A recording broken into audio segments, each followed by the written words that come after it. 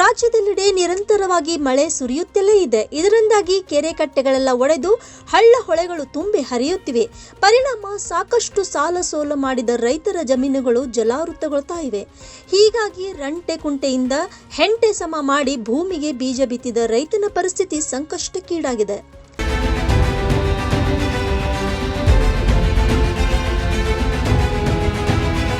ಇದಕ್ಕೆ ಗದಗ ಜಿಲ್ಲೆ ರೋಣ ತಾಲೂಕಿನ ಹಿರೇಹಡಗಲಿಯ ರೈತರು ಹೊರತಾಗಿಲ್ಲ. ಹಿರೇಹಳ್ಳ ಹಾಗೂ ಬೆಣ್ಣೆಹಳ್ಳಗಳು ಉಕ್ಕಿ ಹರಿಯುತ್ತಿರುವ ಪರಿಣಾಮ ಅಬ್ಬರದ ದರದ ನಡುವೆ ಬೀಜ ಗೊಬ್ಬರ ಹಾಕಿ ಬೆಳೆದ ಬೆಳೆಗಳೆಲ್ಲ ನೀರಲ್ಲಿ ಹೋಮ ಮಾಡಿದಂತಾಗಿವೆ.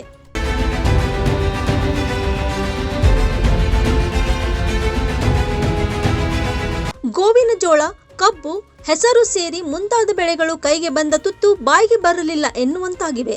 ಇದರಿಂದ ರೋಸಿ ಹೋದ ರೈತರು ಈ ಮುಂಚೆ ಹಾಳಾದ ಬೆಳೆಗಂತೂ ಪರಿಹಾರ ಸಿಕ್ಕಿಲ್ಲ ಅಂತ ಅಸಮಾಧಾನ ವ್ಯಕ್ತಪಡಿಸಿದ್ದಾರೆ. ಈಗಲಾದರೂ NDRF ಹಾಗೂ SDRF ಪರಿಹಾರ ನಿಧಿಯನ್ನು ಒದಗಿಸಬೇಕು ಅಂತ ಆಗ್ರಹಿಸಿದ್ದಾರೆ.